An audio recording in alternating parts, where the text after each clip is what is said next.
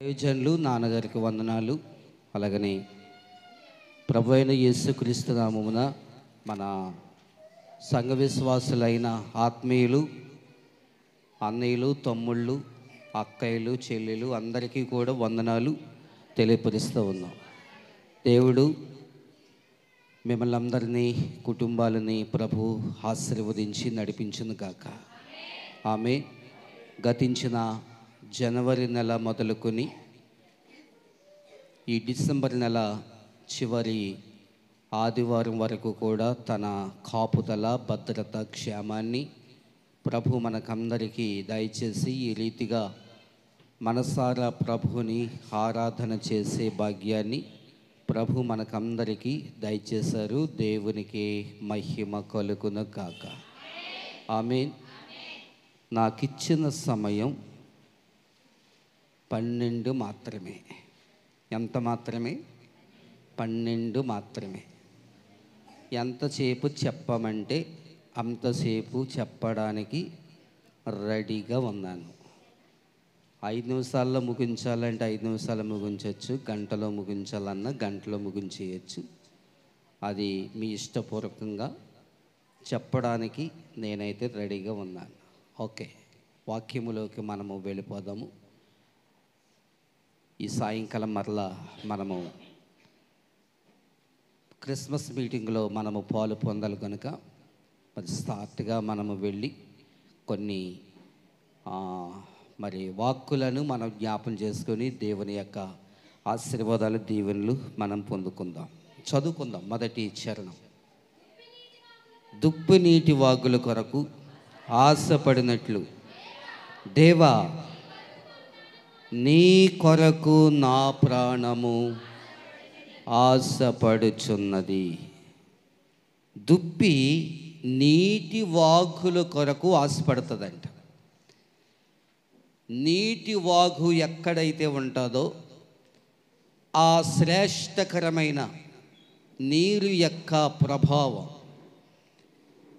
వాగు దగ్గరికి వెళ్ళి దుప్పి ఏం చేస్తుందంటే కడుపారా నీళ్లు త్రాగుతూ ఉన్నట్లుగా దేవుని యొక్క వాక్యము మనకు సెలవిస్తూ ఉంది. దుప్పి ఏ విధంగా అయితే నీరు కొరకు ఆశపడుతూ ఉంటుందో, ఆశ కలిగిన ప్రాణాన్ని తృప్తిపరుస్తాను అని మన ప్రభువైన యేసుక్రీస్తు వారు సెలవిచ్చారు. గనక ఆశతో మనము దేవుని సన్నిధికి వచ్చినప్పుడు ఆశతో వాక్యము వినాలి, ఆశతో ఆరాధన చేయాలి, ఆశతో మనము దేవునిని గణపరచాలి. ఎంతమంది ఆశతో వచ్చారు ఈరోజు? వాక్యము వినాలని, యథార్థపూర్వకంగా ఆరాధన చేయాలని, స్తుతించాలని, గణపరచాలని ఎంతమంది వచ్చారు? ఆశతో ఇయాల. ఆశ లేకుండా ఎంతమంది వచ్చారు? మాకు ఎలాంటి ఆశ లేదండి, మామూలుగా వచ్చేసామండి అన్న వాళ్ళు ఎవరన్నా ఉన్నారా? ఎవరు లేరా? ఓకే, దేవునికి మహిమ కలుగును గాక. హల్లెలూయా, ప్రైజ్ ది లార్డ్. ఓకే, ఇందులో మనం చూస్తూ ఉంటుంటే ఆశ కొరకు, ఆశతో దేవుని సన్నిధికి వెళ్ళాలి. ఎలాంటి ఆశ దేవుడు మనకి ఇచ్చాడో, ఎలాంటి ఆశతో దేవుని యొక్క వాక్యాన్ని మనం వింటూ ఉన్నామో ఆలోచన చేయాలి. ఆశ కలిగి దేవుని యొక్క వాక్యము వినాలని ఎవరైతే ఆశతో ఈ స్థలానికి వచ్చారో నిద్ర అసలు రాదు మీకు. ఆశ కలిగి ఉండి ఇక్కడికి వచ్చి కొనుకుపాట్లు, నిద్రపాట్లు, జోగులాట్లు ఆడితే ఆ వాక్యము మన హృదయాల్లోకి వెళ్ళదు. నెంబర్ 1. గనుక దేవుని సన్నిధిలో ఉన్నటువంటి నీవైనా, నేనైనా, మనమందరమైనా ఆయన వాక్కును వినడానికి ఆశతో వచ్చాము. గనుక ఆశతోటే మనము వాక్యాన్ని వినాలి, గ్రహించాలి. దేవునికి స్తోత్రం. హల్లెలూయా. అలాంటి ఆశ కలిగినటువంటి ప్రాణాన్ని దేవుడు తృప్తిపరుస్తున్నానని ఏ విధంగా ఆయన సెలవిచ్చారో అలాగే ఆశతో దేవుని యొక్క వాక్కును వింటే గాక ఆ ఆశలను నెరవేర్చువాడు ఈ దేవుడే. దేవునికి స్తోత్రం, హల్లెలూయా. 2వ చరణం, నా ప్రాణము దేవుని కొరకు తృష్ణగొనుచున్నది, జీవము గల దేవుని కొరకు తృష్ణగొనుచున్నది. నా ప్రాణము దేవుని కొరకు తృష్ణగొనుచున్నది. దావీదు చెప్తాడు ఇదే మాట, చాలామంది భక్తులు చెబుతూ ఉంటారు. ఈ కీర్తన రాసిందైతే కోరహు యొక్క కుమారులు జ్ఞాపకం చేస్తూ ఉన్నారు. కోరహు మంచివాడు కాదు, కానీ తన కుమారులైతే మాత్రం దేవుని యందు భయభక్తులతో ఉండే వీరులు అన్నమాట. దేవునికి స్తోత్రం, హల్లెలూయా. దేవుని కొరకు తృష్ణ కొనుచున్నది. మన తృష్ణ ఏంటంటే దేవుని కొరకు తృష్ణ కొని ఉండాలి.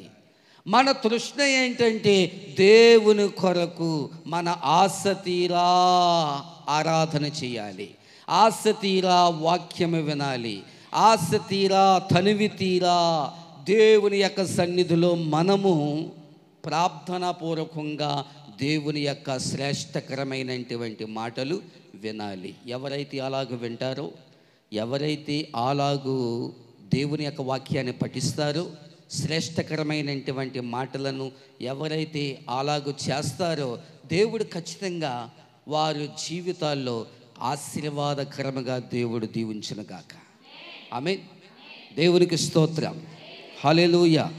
జీవము గల దేవుని కొరకు తృష్ణ కొనుచున్నది. ఎవరిలో జీవం ఉంది? దేవునిలో జీవం ఉంది. ఆ జీవాన్ని ఎవరికి ఇచ్చాడు? ప్రపంచ మానవాళి కొరకు ఆయన జీవాన్ని ఇచ్చాడు.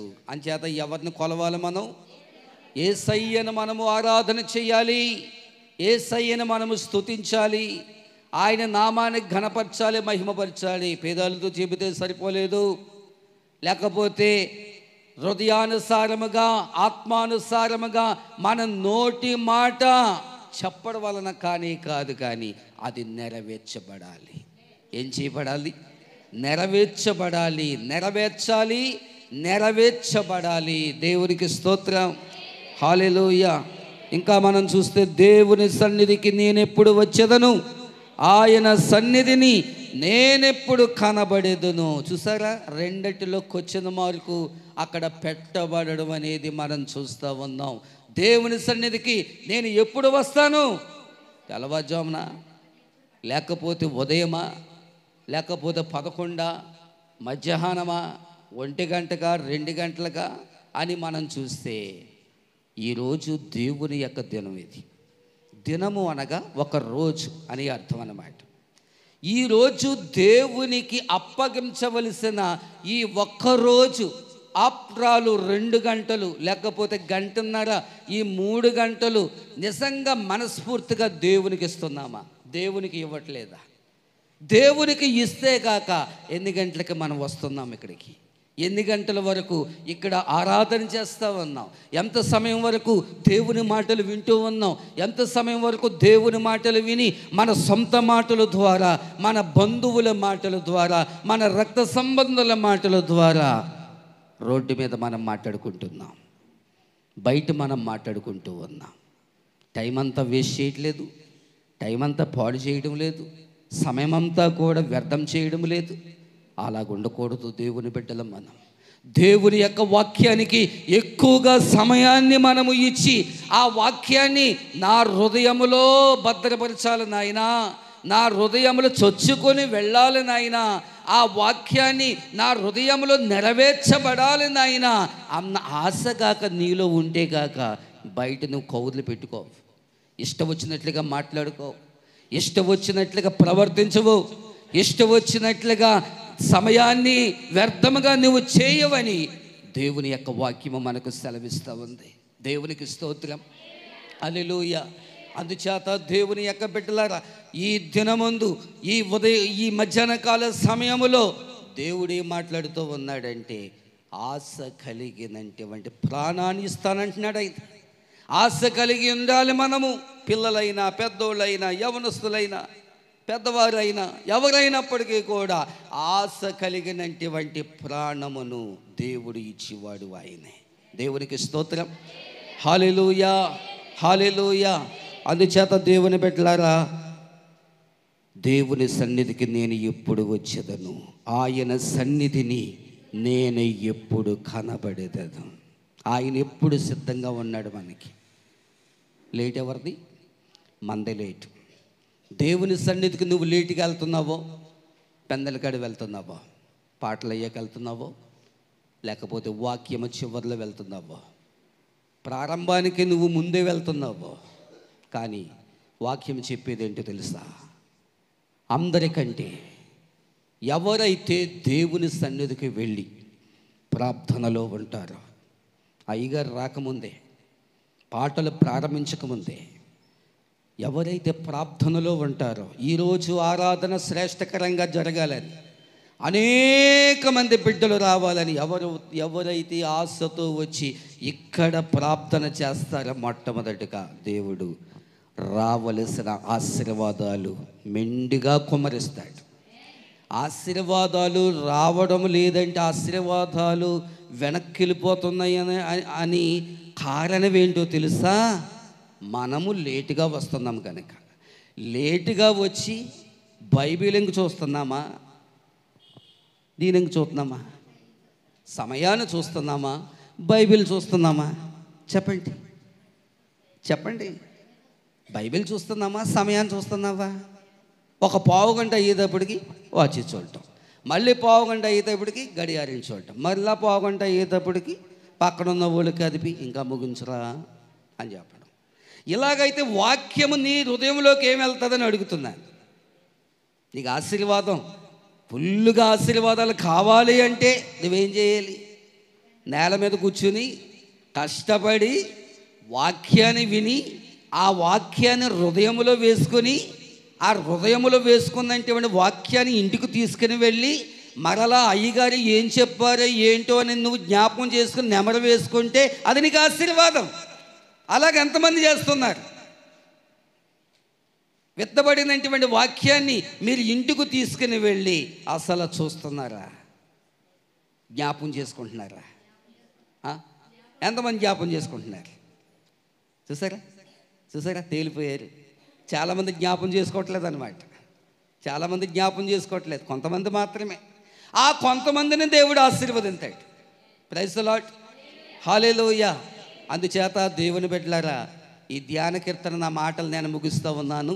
ఆశ తీరా వెళ్దాము, తనివి తీరా వాక్యాన్ని విందాము, తనివి తీరా దేవుని యొక్క మాటలు, శ్రేష్టకరమైన మాటలు మన హృదయంలో భద్రపరుచుకుని దేవునికి ఆశీర్వాదాలు పొందుకుందాం. ప్రభు ఈ మాటలను దీవించునుగాక. ఆమేన్.